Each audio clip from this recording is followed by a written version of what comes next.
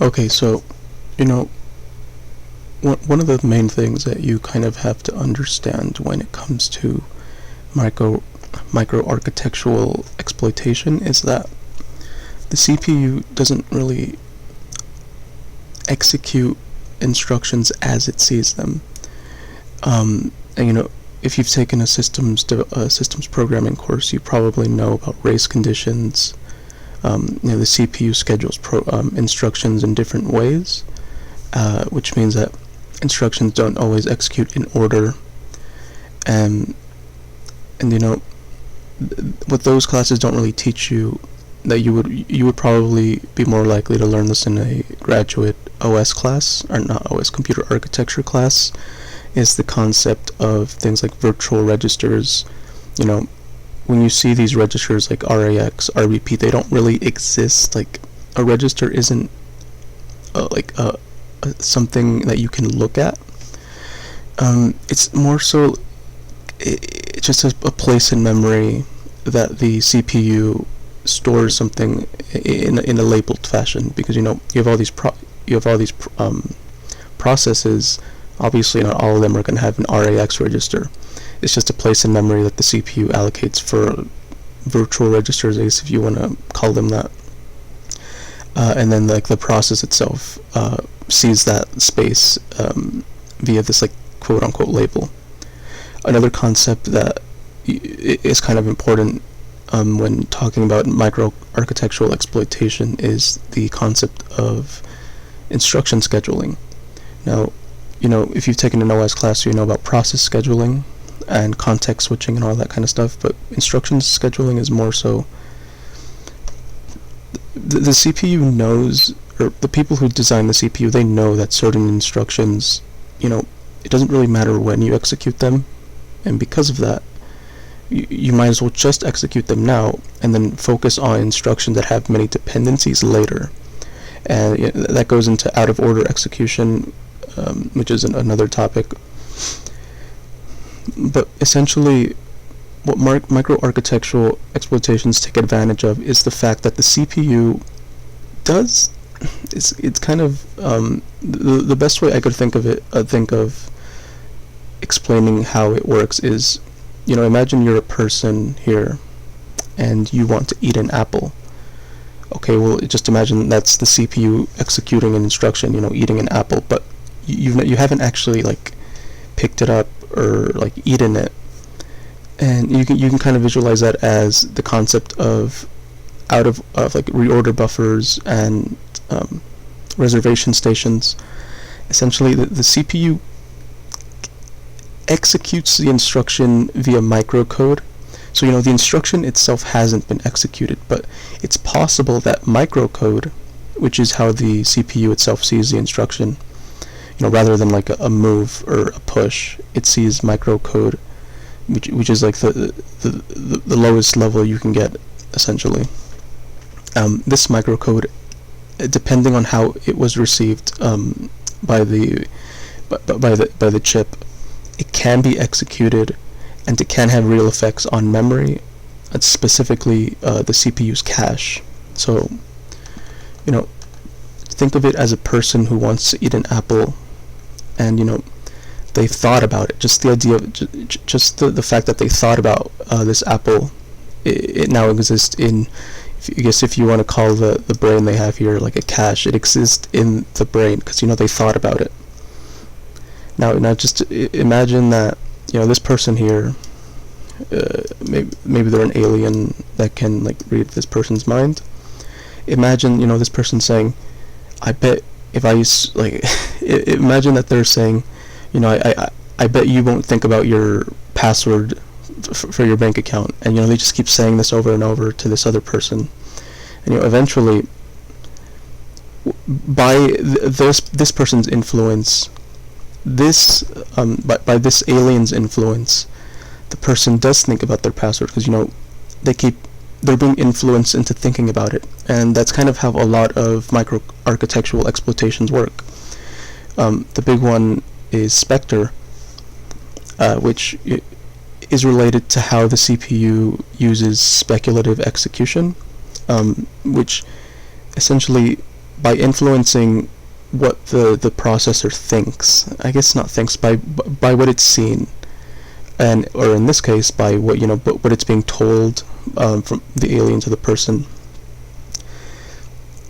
The whole point of this is just say, if you influence the processor either by like repeatedly taking a conditional branch, such that the processor by trying to help you, because the processor sees that we've taken this if statement so many times. If we ever come across this piece of code again, why even bother doing the check? We should just take it, because based on our previous history, we've taken it. And if it is wrong, the user in user space isn't going to see that, because the chip will see that, okay, I messed up, so let me just flush my cache or flush my reorder buffer or whatever, and then let's just try again, but this time make the correct choice. But that microcode was still very likely executed, and the effects of that execution are reflected in the cache, which is kind of the case here. This person, like, just say that this is a normal person and this is another normal person. He's telling you, I bet you won't think about your password, like trying to bait him. But because this is just another normal person, he can't really see the effects of that. But this is an alien that can mind read it. So when this person thinks about their password 42, they know, and that's kind of how these vulnerability researchers use. I guess you can't really call it a vulnerability, because it's just the CPU trying to help with a speculative execution, out of order execution. These things weren't really. They weren't obviously nothing's meant to be vulnerable, but you just looking at them, you wouldn't think that it's vulnerable, because why would the user ever look into like what's inside the CPU cache, what microcode is being executed? That's a very low level CPU concept. But because of that, how low level, and how you wouldn't even think about that, these kind of vulnerabilities like a Meltdown and Spectre, I believe they weren't really disclosed until around 2016, I want to say, but the government had known about them for much longer, and I believe they were pushing Intel to patch them, because Intel does have proprietary techniques that their chips use. I believe one of them is SMTP, or SMT, which I will go into a little bit later. So okay, now you kind of get the idea. You're not forcing the CPU to execute something that the user in user space can see. This isn't really like a buffer overflow, like a shellcode injection, where you directly can see the outcome of your injection. You now have access to a shell. You're basically influencing the chip to think about doing something, and it does do it at the microcode level. You're influencing the chip to do this thing at the microcode level, and just because it thought about doing it, it can cause leaks of data in the cache, which is why it's a very popular side channel technique. Additionally, for kernel level exploitation, it can leak KASLR addresses, which is one of the main mitigations against kernel level exploitation is KASLR. So this can be very powerful for that as well. So there are a few mitigations, but just three quick ones to consider are. I really don't know if these have names, but I do know that they exist. So one of the one of the main things that these exploits rely on is very precise timing. This is because if you're going to use the CPU cache as a side channel, essentially, to leak data, one of the important things is when you access like the variable A or just whatever kind of value, and it's not in the cache, then of course you would have to go into main memory to retrieve it, which takes longer. If you were to access it and it's in the cache, then clearly it would be a lot shorter. So what these researchers do is they'll time accesses to different types of data, and based on what comes the quickest, you can make the assumption that this piece of this value or data is in the cache, and that's one way to leak data from another process that is completely unrelated to the process you're running, all because they're shared on the same chip. So one mitigation to this is to introduce noise in the cache, and it sounds kind of counterproductive, but what the chip does is slightly decrease the fidelity, which means accuracy of the internal clock. So by doing this, you're going to make it harder for the attacker to get a gauge of what's in cache and what isn't in cache, and then if they are able to read sorry, my cats. If they are able to read anything, they're going to get a lot of noise, which just makes it even harder, because it's already very hard on systems or chips that are vulnerable, because there have been patches for Meltdown specifically, although I think Spectre is still a vulnerability in most chips. But in general, doing this in the real world is very hard, so introducing this noise will make it harder, as well as this decrease in clock fidelity. And you can visualize this as the person thinking about like a million other things, like their password's there, this Martian, he might see it, but at one moment he could be thinking about something else, and then his brain whatever gets slower, and he starts thinking about all these colors, and it's just a nightmare to actually discover what he's thinking about, which is 42. Okay, now one of the big optimizations in instruction out of order execution is SMT, which stands for simultaneous multi-threading. Now this is an Intel specific thing. Essentially what it is you take the concept again of instructions that don't really have dependencies. Just like if we think about something like this,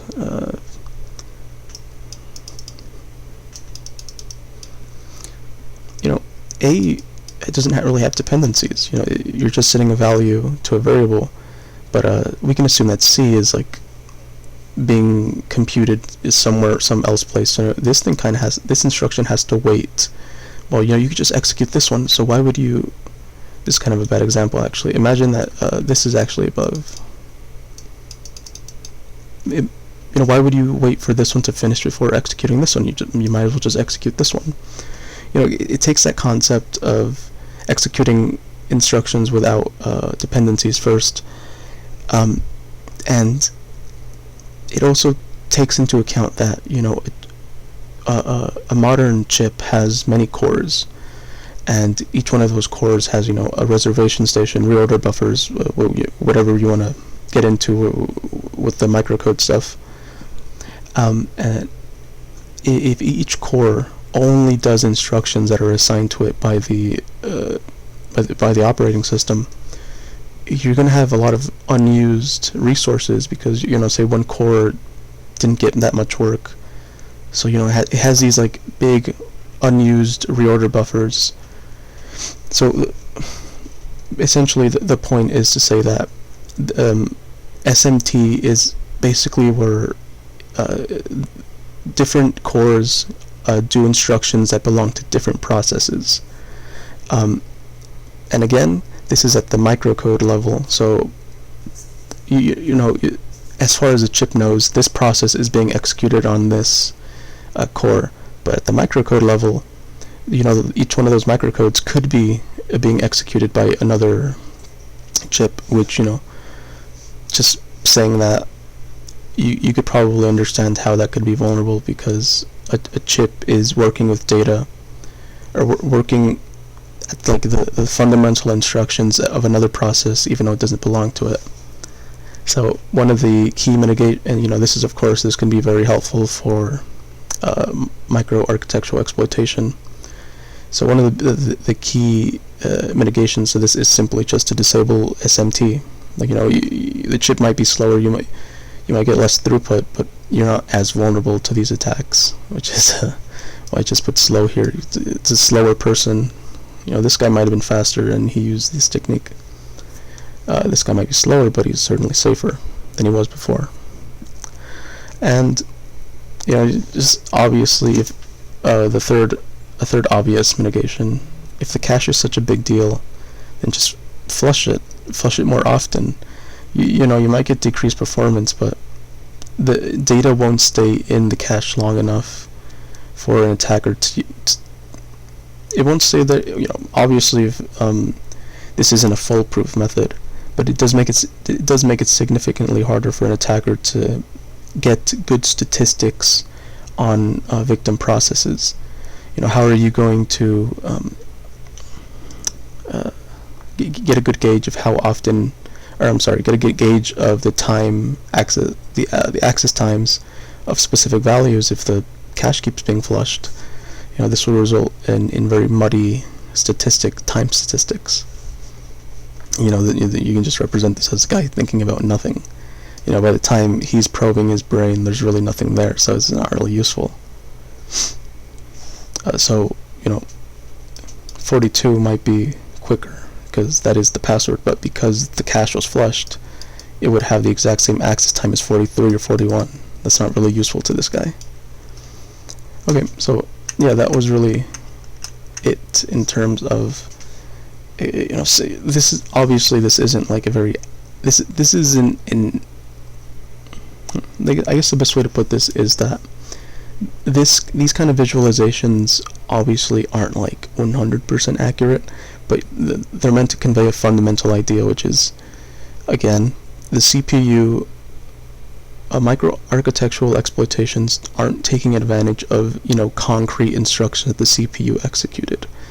You're not exploiting the fact that let me see, that RIP was sent somewhere to execute some arbitrary code. That that's a concrete instruction that was executed. You're taking advantage of the fact that below this level, the CPU is scheduling these out-of-order executions with microcode that is never going to be visible to the user in user space. It's only really reflected at the CPU, like the world that the CPU lives in. And because of that, it does cause the cache to be a side channel for data leaks. That's kind of the fundamental idea, which is why in these visuals I decided to use just the thought of doing something can cause a leakage. I hope this explanation was useful to you. Thank you.